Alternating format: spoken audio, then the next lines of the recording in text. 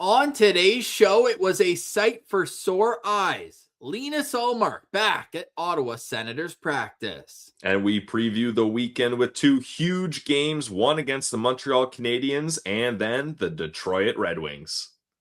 This is Brady Tkachuk, and you're listening to the Locked On Senators podcast. Your Locked On Senators, your daily podcast on the Ottawa Senators. Part of the Locked On Podcast Network, your team every day. Welcome. You are locked on to the Ottawa Senators. I'm Ross Levitan alongside Brandon Piller. Today's episode is brought to you by our good friends over at Game Time.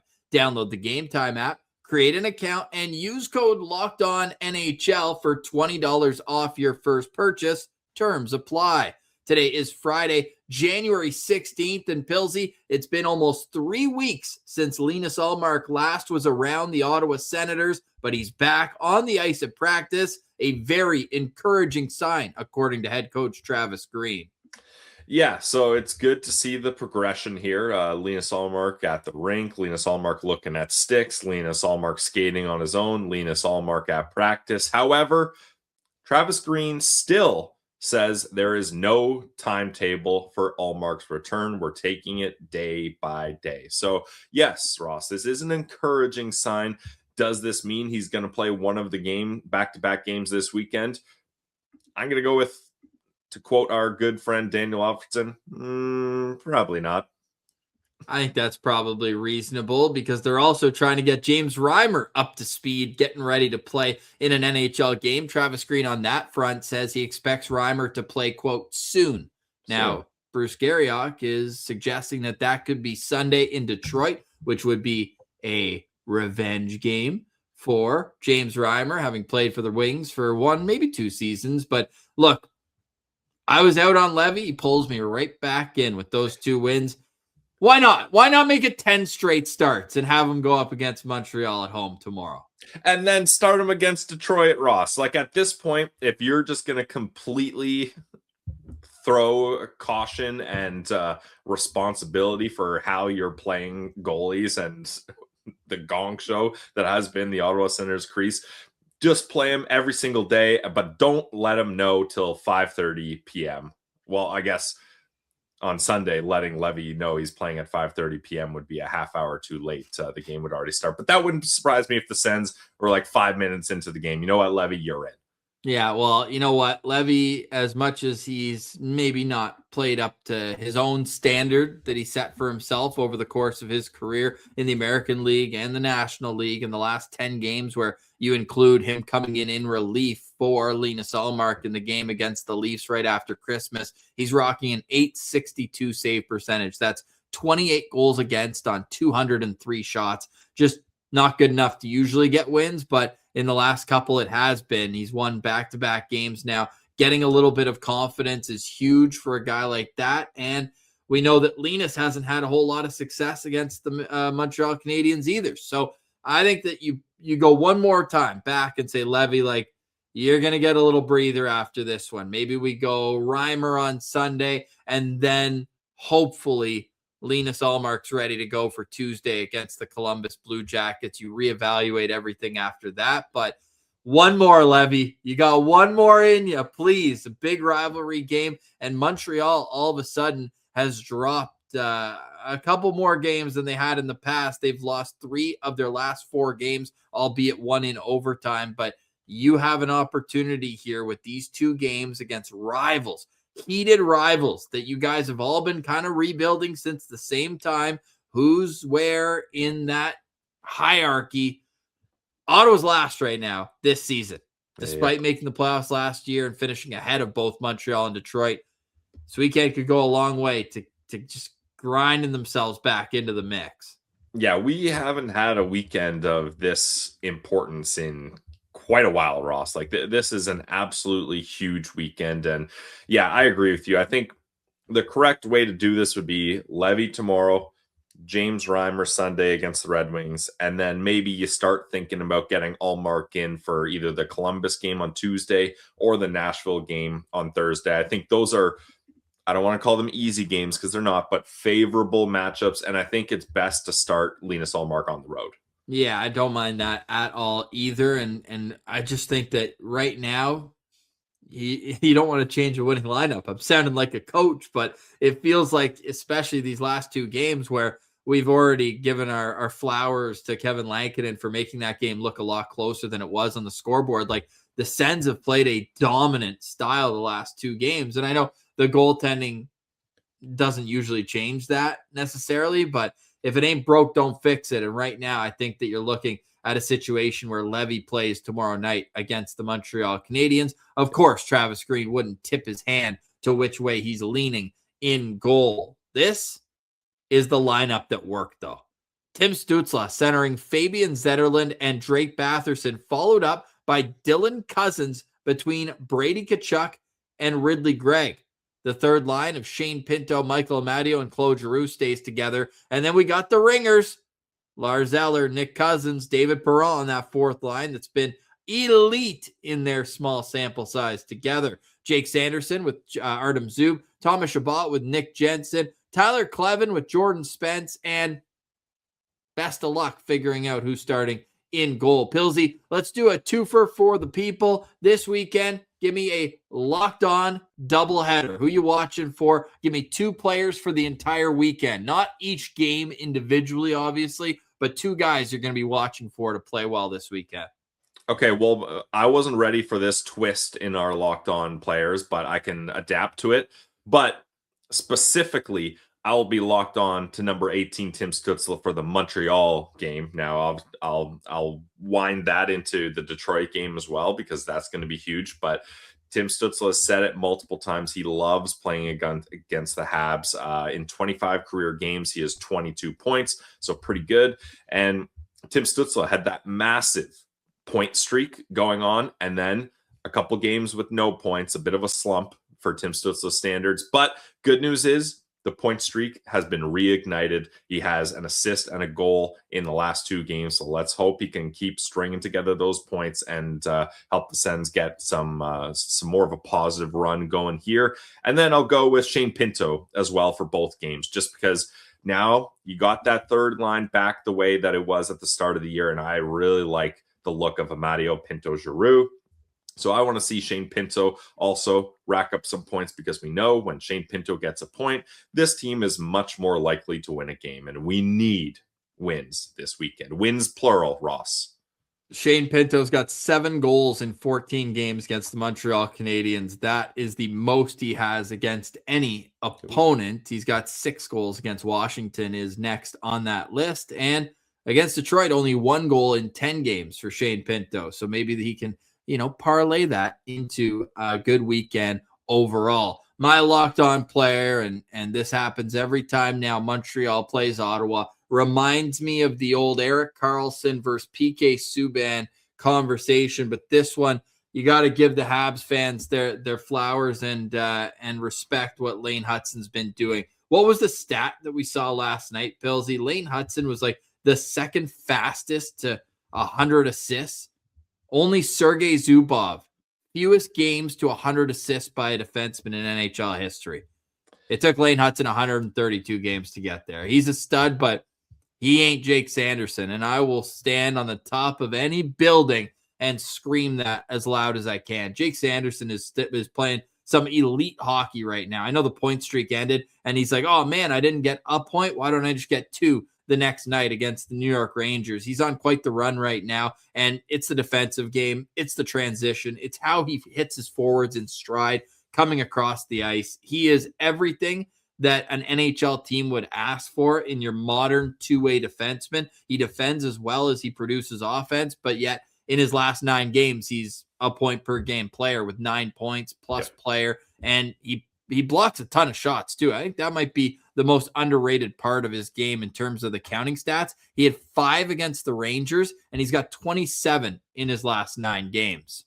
Yeah, I love the way Jake Sanderson is playing lately. He leads the team in block shots, leads the team in takeaways, leads the team in time on ice, leads the Ottawa Senators defenseman in points. Like, this guy is a leader on the back end. Yeah, he really is. So I will be locked on to Jake Sanderson for the entirety of this weekend. And I will also go with Jordan Spence. I think Jordan Spence has been undercover one of the best players on the Ottawa Senators during these, not even just the last 2 games. I think the stretch goes beyond that, but especially the last 2 games. His ice time would reflect that in the Rangers game. It would also reflect the fact the game was over. They were just rolling 3 pairs, but his ice time had kind of dipped there for a little bit. Once Shabbat got back, there wasn't that need for another offensive defenseman to take the load when Ottawa was trailing in a game.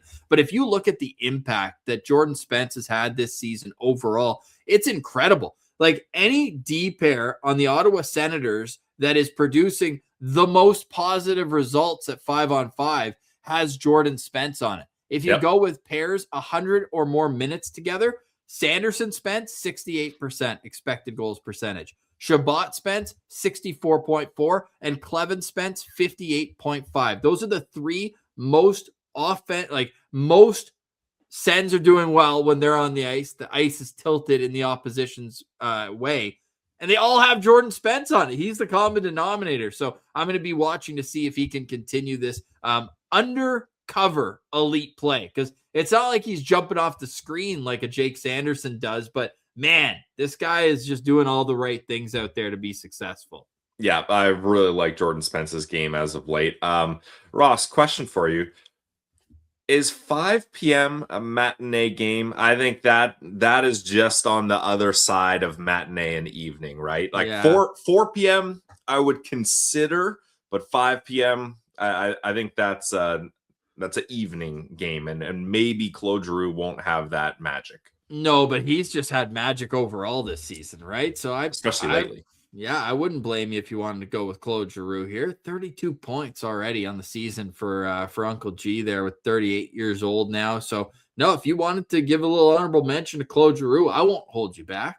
No, I mean, at this point, we're just naming the whole team, but I have liked Claude Giroux's game, and I like that he's down on that third line. Honestly, when he was up in the top 6, I was enjoying the way he was fitting in there as well. So as long as Claude Giroux's not on the 4th line, I think he's in a good spot. Hey, there's one other player, speaking of the whole team, that I will be curious if he can accomplish something this weekend. I'll tell you what next as we get into a deep dive on the Sens versus Habs, and then the double-decker with the Detroit Red Wings waiting at home. You're listening to Locked On Senators, your team every day. Today's episode is brought to you by our friends over at Game Time. There's nothing like being near the ice during hockey season. The speed, the hits, the atmosphere, it's unmatched. Watching at home is great, but being in the building is a completely different experience. Ross, maybe can you go on Game Time, see what the tickets for Ottawa versus Montreal are? We need as many Sens fans as we can get in that building, and do it with Game Time. Game Time gives the advantage back to fans. It's the hack for unlocking amazing NHL tickets and experiences in just a few taps. Ross, what are we looking at? Just $83 USD to get into the building on Game Time. And that's before using our promo code Locked On NHL. So the get-in price, $82 I'm seeing now here. Each ticket, that's in 328 row R. But if you're looking to be in the action, plenty of tickets are available for tomorrow's game at Game Time. And you saw how quickly Ross was able to find those tickets, just a few taps, and you've got your tickets. And that's the price you're going to pay. You're not going to see that jump at checkout like other sites. Game Time gives you the price right up. And you've got the Game Time guarantee, gives you real peace of mind. So take the guesswork out of buying NHL tickets with Game Time. Download the Game Time app, create an account, and use code, like Ross said, Locked On NHL. That's Locked On NHL for $20 off your first purchase. Terms apply. Again, create an account and redeem code Locked On NHL for $20 off. Download the Game Time app today.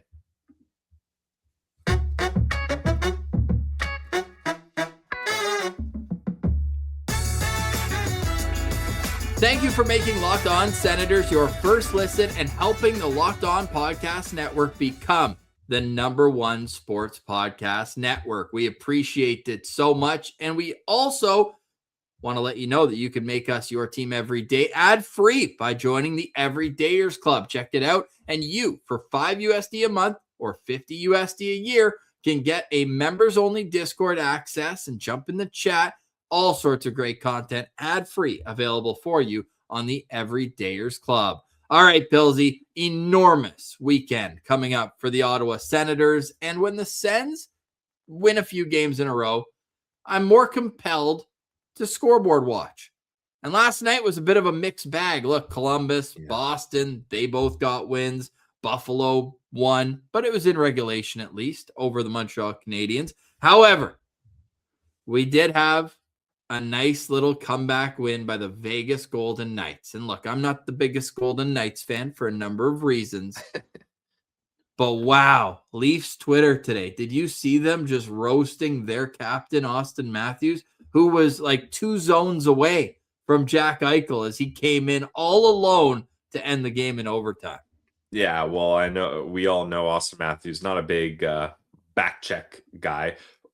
You know the saying, forecheck, back check, paycheck. Well, yeah, forecheck, paycheck for Austin Matthews, but I mean he's a pretty good offensive player. I think his statement is get the puck, shoot the puck, paycheck.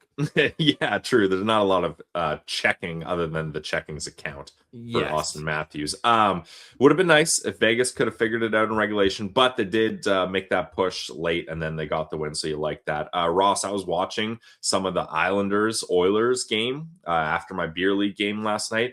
Man, Sorokin was on fire there. So there's nothing the Oilers could have done to help us out more, unfortunately. No. The Metro teams, though, like there's so much fluctuation between second in the Metro and the teams that are out of the playoffs. Maybe really third right now. The Islanders have a bit of a gap there, 3 points, but obviously we're more concerned about the fact that both wild card spots and the Leafs in the third spot in the wild card race are all in the Atlantic Division. Plus, you look at Florida now with 3 games in hand on Boston, and they got games in hand on everybody in the Eastern Conference right now. So the Senators have to make these Atlantic Division games count. There's just no way around that. And Detroit is hosting the San Jose Sharks tonight. Detroit and Tampa, and I believe it was Toronto as well, maybe Buffalo. I'm going to pull it up right now, but I typed in because it just bothered me so much the way that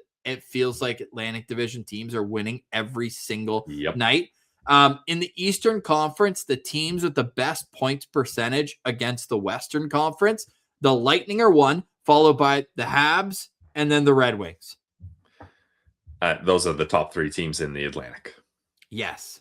The Lightning have 13 wins in 17 games. Montreal is 15-6, and the Red Wings are 14-6 against the Western Conference. For comparable there, the Senators are 10-10-2. Yeah, the Tampa Bay Lightning are a good team, Ross. They're on an 11-game winning streak. Now, one thing that gives me hope, though, is my bachelor party, March 28th. We're seeing the Sens against the Lightning. You and I have a good record together, even on the road. It's not too shabby. And the Lightning's home record, it isn't that great, like 12-9. Like, obviously, that's good. But considering they're 29-13-3, and 9 of those losses have come at home, I'm hoping we can work some of our magic there. And Sens fans, come to that game with us. Let's all get some sunshine in Florida, cheer on the Sens in Tampa in late March. Yeah, my good buddy Jared Havlock texted me. He's like, man, are you going to be down at your parents'? I said, no, but I'll be at the game for sure. It's going to be a blast. Can't wait for that. And I just pulled up the Sens record against the Atlantic Division right now is 5-5-3. So we got to get those numbers up. The Habs are 8-6-1 against the Atlantic Division. So if you're looking at ways to climb the standings, beating the teams that are in your division is certainly a way to do it. Ottawa still last in the Atlantic, but again, it's all a bit of a mirage right now. You just have to win your games, right? That's frankly what it comes down to, especially because outside of the Rangers, the floor is rising. Columbus got the new coach bump right now. It seems like everybody hated Dean Evison, like the way they're playing. And Elvis Merzlikins on the bench even went so far as to say it, Bills. They're like, what's different? He goes, new coach. So damn.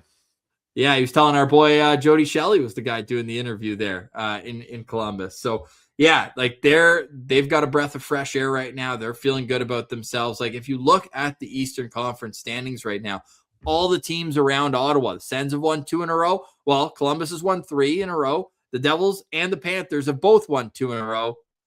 Those are the teams right around you at this moment. So sure, you've got a couple teams ahead that are falling.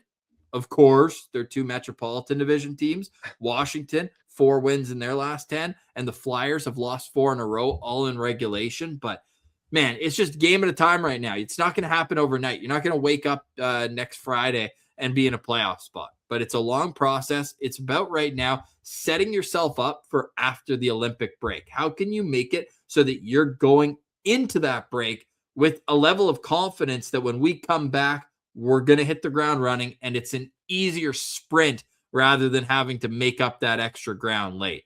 Yeah, go into the Olympic break, lots of momentum, feeling good about yourselves in the standings. And then after the Olympic break, you're going to have Brady and Jake Sanderson pissed off that they left with a silver medal. True. And they're going to want to come back and be better than ever, hungrier than ever to correct it and do better than the one. And not only that, but maybe guys like Nick Suzuki are just going to be too busy staring at their gold medals when they're at home, and maybe won't have that same oomph about them when they come back to the National Hockey League. That's what everybody says about the Olympics, is that you win the Olympics and it actually lowers your level of play in the NHL, right? I mean, spot the lie. Jokes aside, though, I did say I had one other player to watch this weekend, Pillsy. Whoa. Tyler Kleven, the only Sens defenseman without a goal in the last 2 games. So let's see Tyler Kleven rip one past the Habs goalie in Saturday's game. That would get me so fired up. Yeah, that'd be good. We need to get Tyler Kleven scoring a goal here. Let's look at the Montreal Canadiens lineup. We'll get into how the stats match up against these two teams. It's a Saturday night, one anthem game, live from the Canadian Tire Center. You're listening to Locked On Senators, your team every day. Today's episode is brought to you by our friends over at FanDuel. The NFL playoffs are here, and FanDuel is officially in playoff mode. Every game day during the NFL playoffs, FanDuel is giving customers even more ways to get in on the action. Because right now, every NFL playoff game day, FanDuel users get a profit boost pack waiting for them inside the app. And this weekend in the NFL, we get to see what those teams in the number one buy spots have been doing, what they're up to, waiting for these other teams to come battle them. So it's going to be an interesting weekend for sure. And you can get in on the action with profit boost packs. Open it up and lean into your game day instincts. The boosts give you more juice on the bets you already like instead of forcing you to bet something new. Every play feels bigger, and the boosts make your bets feel that way too. And hey, why not get in on the action on a huge Ottawa Senators weekend as well? So you make your picks, then apply your profit boost, go after even bigger payouts while the playoffs get rolling. So visit FanDuel, an official sportsbook partner of the NFL, and grab your profit boost pack every NFL playoff game day. Today's episode is also brought to you by our friends over at Indeed. If you've ever hired someone who looked good on paper but wasn't the right fit, you know how important it is to be right the first time. When your candidates truly match what you're looking for, you know that you've trusted Indeed sponsored jobs. If you're hiring, Indeed is all you need. Stop struggling to get your job post seen on other sites. Indeed sponsored jobs puts your post at the top of the page and helps you reach the right candidates faster. Instead of struggling to get your job post seen, get your listing to stand out and reach quality candidates faster. According to Indeed data, sponsored job posts directly on Indeed are 90% more likely to report a hire than a non-sponsored job. So spend more time interviewing candidates who check all your boxes with less stress, less time, and more results using Indeed sponsored jobs. Listeners on Locked On Senators will get a $75 sponsored job credit to help give your job the premium placement it deserves at Indeed.com/locked-on. Just go to Indeed.com/locked-on right now and support our show by saying you heard about Indeed on the Locked On Senators podcast. Terms and conditions apply. Hiring, do it the right way with Indeed.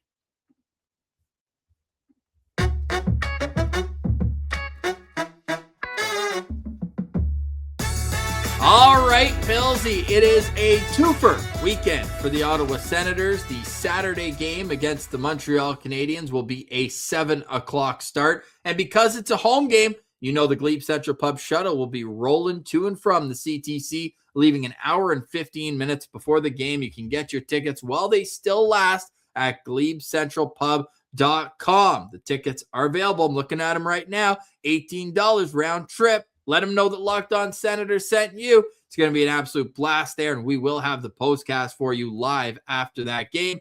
Jack Richardson, he is loving the great support and excitement that all the citizens are showing for his live stream. So look out for it. I think we might be running it back Saturday and Sunday. I mean, these are the games to do it, Ross.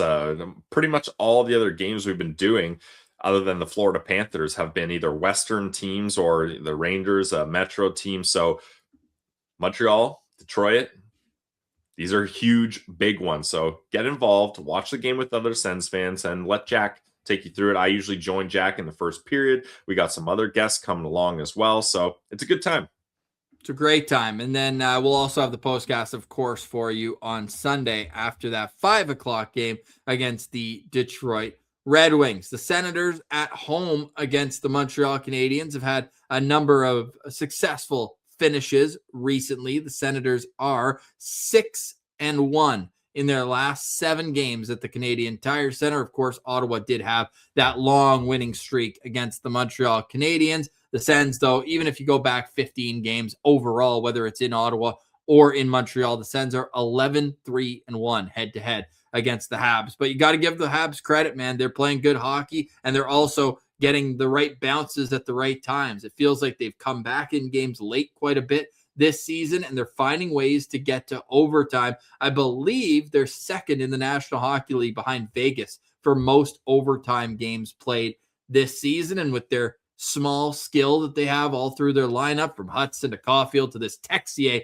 Frenchman from France who came out of nowhere, and he's looking elite in certain circumstances with the hands that he's shown at other levels.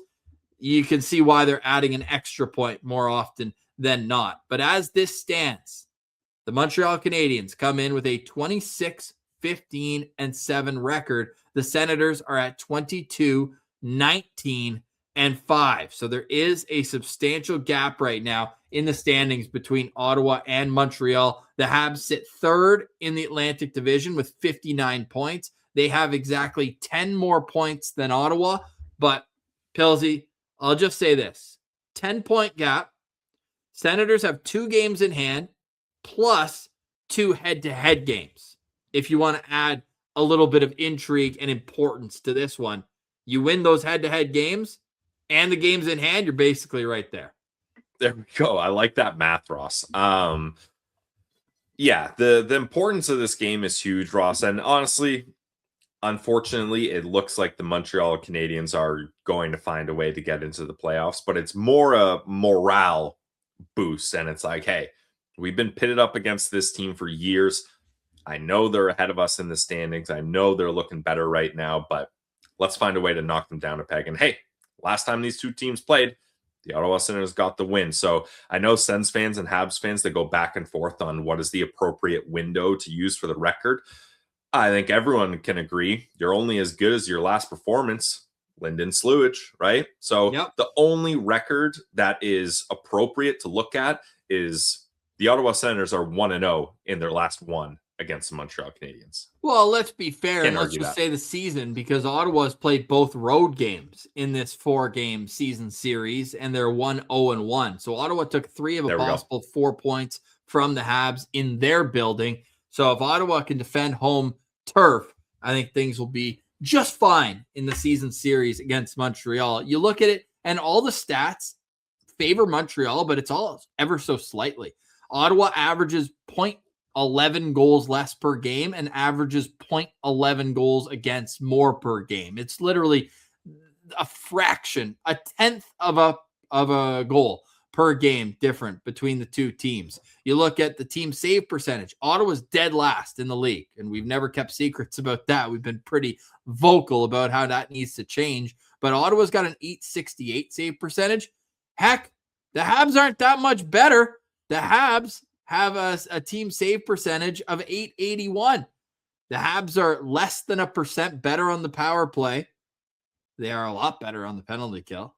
And the Senators have the edge substantially in the 5-on-5 shot quality and shot quantity. And we know the Sens are one of the most dominant face-off teams in the league. So they got almost a 6-point advantage on the Habs. But look, we just did the stats, but Pilsy, Stats never matter when the Sens play the Habs. Stats are for losers, Ross. Stats are for podcasters. Yeah. Same thing. But we're excited for this one. I mean, what's your yeah. key to victory against the Habs? Did we go through the Habs lines, or am I just a space case here? No, we didn't. I guess we should probably do that first. So we will get to your keys to victory in just a moment. Here's how we expect the Habs to line up for tonight. I wish it was tonight. I'm ready for Sens hockey. We'll have to do some hate watching. I'll let you know what to watch tonight later on. Nick Suzuki should be the top line center tomorrow for the Habs between Cole Caulfield and Alexandre Texier. Second line, Oliver Kapanen with Juraj Slavkovsky and Ivan Demidov. The third line, Philip Deneau with Zachary Bolduc and Josh Anderson. And the fourth line, Joe Veleno with Sammy Blais and Brendan Gallagher, the most expensive fourth line lock in the league. On defense, Mike Matheson with Noah Dobson, Lane Hudson with Alexandre Carrier, and Caden Gooley with Arbor Jacki. In goal, we expect it to be Samuel Montembeault with Jakob Dobish backing up. Now, Jacob Fowler, who we're big fans of as a goalie prospect, he started the Habs last game, but then got sent to Laval earlier this morning. So we're expecting it to be Montembeault, might be Dobish in net. Pilsy, who's your lookout player to watch? All right, so we're going with Demidov as the pronunciation. That's how they do it on Locked On Habs. So I'll just follow their lead. All right, we will defer to our Locked On colleagues. So, spoiler alert, he is my lookout player, Demidov. He had a goal last night up against the Buffalo Sabres in a 5-3 loss. No points against the Caps, and then 3 assists against the Canucks. But then in between that, or before that, he had no points in 3 games. But this is a guy that I'm always looking out for. I mean, you cannot deny his skill. He's just getting started in his NHL career. Every time he touches the puck, I get nervous, especially when it's a power play situation and it's Demidov and Hudson on the ice together. You just never know what they're going to do. Offensively, they're very gifted. Defensively, different story. But when they've got the puck in the O zone and they're snapping it back together, it's crazy what they can accomplish. So I will be looking out for number 93 for sure. Yeah, and 93, a lot of people say he plays with a lot of aura, like confidence, all that. But then you take a look at the merch line that him and his agent dropped, and you're like, oh my goodness, this is negative aura points. This is tough. Have you seen this? It's all AI. Yep. One of them, I mean, this is a way to piss off. Like, he has to be so good and so loved for this fan base to appreciate him after this. They took the Habs logo off a Habs jersey in AI and replaced it with his number on the front of the jersey. Just sacrilege to an original 6 logo like that. There's one of them, and this is his official merch where he's shooting the wrong way. Yeah, I remember we were looking at that, and then one is like a weird, isn't one like a weird video game controller or whatever? Yeah. And yeah, it's just pure AI. Hey, one of them's Bring the Heat with a thermometer that's showing 93 plus. This is one of the most ridiculous merch stores I've ever seen in my life. So, hell of a player, though. Nowhere near as good as Sens Central merch. That we not even close. Go check out our merch store. Hell yeah. So Demidov, great call though on your lookout player. He was gifted to the Montreal Canadiens. I will never forgive the Chicago Blackhawks or the Columbus Blue Jackets for their decisions in that 2024 draft that we were boots on the ground for. Celine Dion comes up and makes the call. We're going with Demi. Let's get the righty in or lefty. Who knows which way this guy shoots? He doesn't apparently even know which way he shoots. But jokes aside, highly skilled player there. I'm going to go with the other pick that was gifted to the Montreal Canadiens. They go 1 year horrible. They go from Stanley Cup final to the first team to ever finish 32nd in the National Hockey League. Yeah, big asterisks. They played an Atlantic Division team in the Stanley Cup final. They were Western Conference champions that year, coming out against Vegas in the Western Conference final. That aside, they have one bad year, and Gary goes, oh, let's close our eyes and pick oh, wow, the Habs are going to draft first overall. That's surprising. And it took a couple of years for Juraj Slavkovsky, young player, big body, hockey IQ, probably something that needed a little bit of work only had 4 goals in 39 games his first year. Then he went to 50 points. He went to 51 points. He's on pace to smash that this year. And a lot of the credit is to Martin St. Louis. Oh, because I thought you were going to say Brady Tkachuk because he said he models his game after Brady Tkachuk. That's a good point, Pilsy. That's a good point. You can add some credit to Brady Tkachuk, but also they move him off the line with Cole Caulfield and Nick Suzuki, a line that had success. But this way, you get him back on his natural side at left wing because Caulfield's obviously the shooter on that top line. Demidov, though, can get him the puck.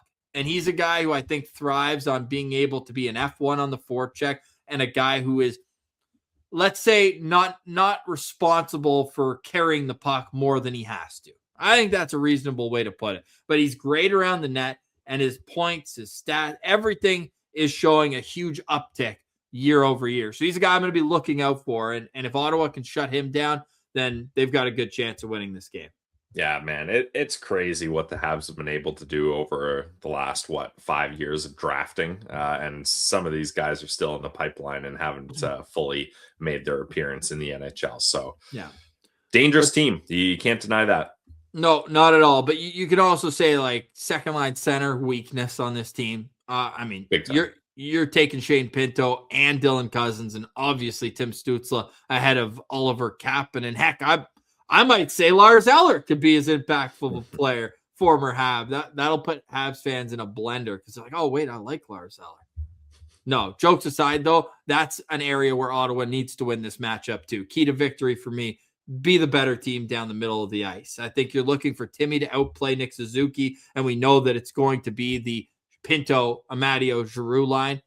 Right? That goes against Suzuki and Caulfield, right? You're not using that against, no question there. And then, so the question is, do you match up Timmy's line against Suzuki and just go head to head? We just said we were matching. Sorry. The Demidov-Slavkovsky line. Apologies. Yeah, I do like the idea of Brady matching up against Slavkovsky, though. Yeah. I don't mind either way. I'm just curious what you think is going to happen because Montreal would like to get the Deneau line out against Timmy, but they don't have last change. So I don't think that'll be as much of a worry. And frankly, Philip Deneau ain't the player he was years ago. I'm really not concerned about a guy with 0 goals in 42 games this year. And funny enough, he's played against the Sens as much as any of the other Habs, and he's in the Western Conference. Ottawa already has had their season series against the LA Kings. So he's obviously a defense-first type player, but I'm just curious to see how the line matching will go in this game. And you can look at the blue line as well, too, because I mean, I get what they're doing. They want to be able to have 2 good puck movers, I guess. But, like, to me, putting Hudson with Carrier feels like a little bit of the same, right? Like, I'd probably mix it up. But we also I saw some Habs fan talking, Habs fan TV, and everybody saying, like, for a couple games when Gooley got back, I think they moved Hudson to the right side. And it just wasn't working the same way. So they want him on his strong side. Sens fans would understand that as well, having too many left shot D and trying to play one on their offside. So, you know who we're taking advantage of tomorrow night? Every time 72, Arbor Jackeyes on the ice playing his offside because, let's be clear, he's not out there to play hockey. He's out there to be a clown and to try to make an impact physically on this game. You need to be able to take advantage of his shifts. And that's going to lead to my weekend key to victory, Ross, for both the games up against Montreal and Detroit. Key to victory for me, discipline. You look at the stats for all 3 of these teams. You can include the Ottawa Senators in this. All 3 teams are top 10 in the league's power play percentage. The Detroit Red Wings lead the trio at 24.3, then Montreal with 23.4, and then Ottawa with 22.7. So we've seen games up against both these teams, Ross, get chippy, get out of hand, and depending on who keeps their cool and who's better at getting under the skin of the opponent, that's where power plays could be awarded, and that can really shift the momentum of these games, and you can make them pay by having them take undisciplined penalties, scoring on the power play, and really building on that. So for me, the key to this weekend will be discipline. Okay. I was going to go a little bit of a different direction, saying that you want to be the aggressor. You want to be the bully, if you will. But you can do that in a clean way, Ross. It's about not taking those emotional penalties. It's about not going over the line and allowing them to boil things over and take the penalties. So yes, I want the physicality to be there. Don't get it twisted, but let's try to stay out of the box here. And we just finished the Montreal Canadiens lines. They could be different. They're on the ice for practice right now in Ottawa. Jake Evans, Patrick Laine, and Kirby Dach are all at practice, all wearing regular jerseys. So could be some reinforcements coming for the Montreal Canadiens. Frankly, put them in. None of those guys scare me. I think Laine on the power play, though. That's one area. He's so negative impacting the game outside of the power play. And he's not just going to sit in the middle of the bench and only play power play. So you can take advantage of those shifts where he's moving around, skating in quicksand. I'm not worried about that, especially with the way Ottawa plays, where speed is the number one asset they have. Yeah, I just hope, Ross, that either one of those three players doesn't take Brendan Gallagher out of the lineup. Because like 72, that's a guy we want playing up against the Ottawa Senators. Big time. And I jokingly said he's the most expensive fourth liner in the league, but I think he is. Like, I don't think he's played a single game above the fourth line. He's making $6.5 million per season. And this year and next. But Laine could leapfrog him there if they decide to put him on the fourth line and just play power play and fourth line. That would be wild. Gallagher hasn't missed a game this year or last. Played, 130 consecutive games? Yeah, on the dot. Math guy. Yeah, Ross, for a guy with 15 points in 48 games, you got to keep him in there if you're the Habs. I think you got to keep him in. You got to keep him in. We'll see. Big game day tomorrow. Jacko will have the live stream. We'll have the postcast afterwards. For more, you can find us on Twitter at Sens Central. The show's also available wherever you get your podcasts, including on YouTube. And join the Everydayer Club for that members-only Discord access to the entire Locked On network, the whole Discord there. We've got ours as well, and ad-free content, $5 USD per month or $50 USD per year. For Brandon Piller, I'm Ross Levitan. Thank you for liking, watching, listening, and engaging with the show. This has been another edition of the Locked On Senators podcast, your team every day.